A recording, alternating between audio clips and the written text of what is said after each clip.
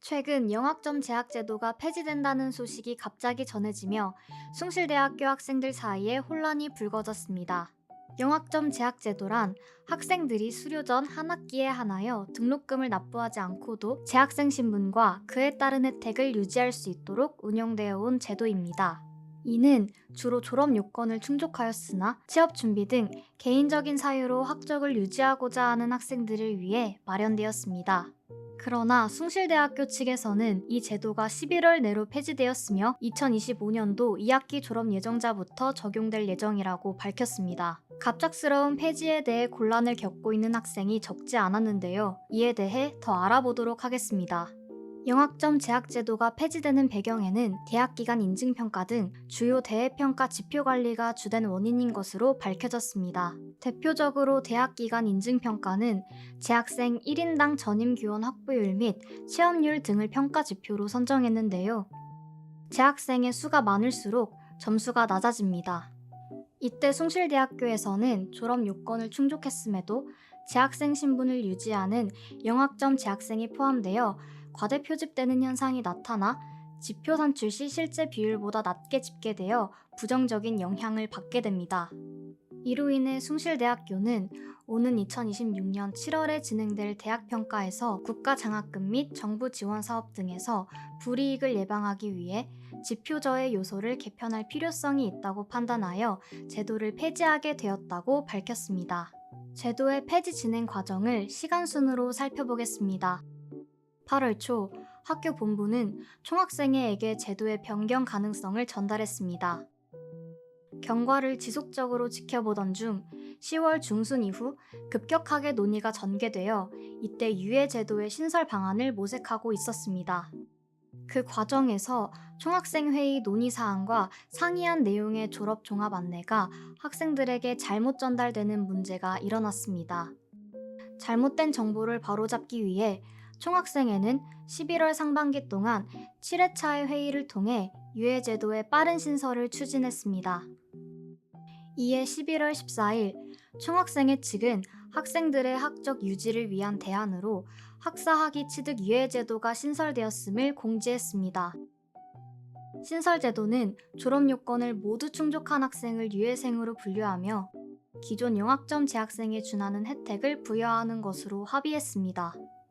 제도를 이용하는 학생들은 기존의 영학점 재학생의 혜택이었던 등록금 납부 불필요 및 비교과 프로그램 참여, 도서관 이용 등의 혜택이 유지됩니다. 그러나 이번 제도 변경 과정에서 다양한 논란이 제기되었습니다.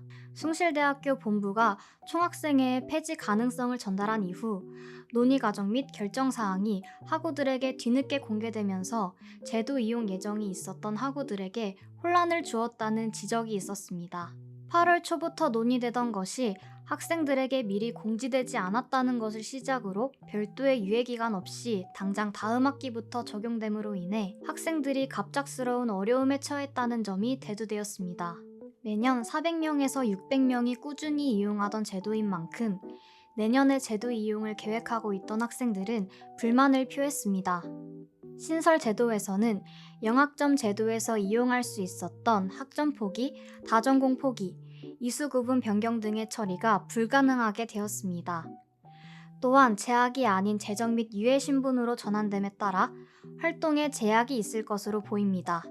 대표적으로 대부분의 대외 활동은 참여 자격을 휴학생으로 제한하고 있어 관련 스펙을 쌓을 예정이 있던 학생들에게는 불이익이 불가피합니다.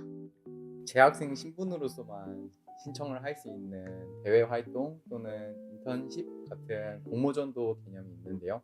그런 부분에 있어서 재적 상태가 아닌 재학 증명서를 갖고 있어야지만 신청이 가능한 프로그램들 몇 개가 있는데 그런 부분에서 참여하지 못한다는 점들이 좀 불이익으로 오는 것 같습니다. 이는 과거 2013년도에 영학점 제도가 처음 폐지되었을 당시에도 학생 대표가 절차상 문제를 지적하며 반발했던 사례와 유사한 측면이 있었습니다. 특히 지난 11월 6일 숭실대학교 IT대학 특별기구 학부 개편 대응위원회는 결정 경위 및 내부 검토 자료의 공개를 요청하며 책임을 묻기도 하였습니다. 총학생회와 학교가 논의를 시작했던 시간은 올해 10월입니다. 그리고 학교가 영학점 제도에 대한 변경을 고민했던 시기도 올해 8월 이후였을 거라고 추정하고 있습니다.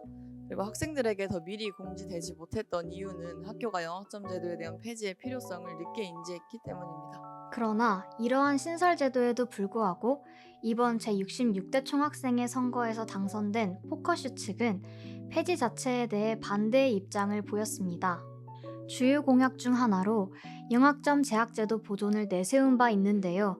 이미 학교 측의 폐지 결정이 내려진 상황에서 어떤 의견을 가지고 있는지 이야기를 들어보았습니다.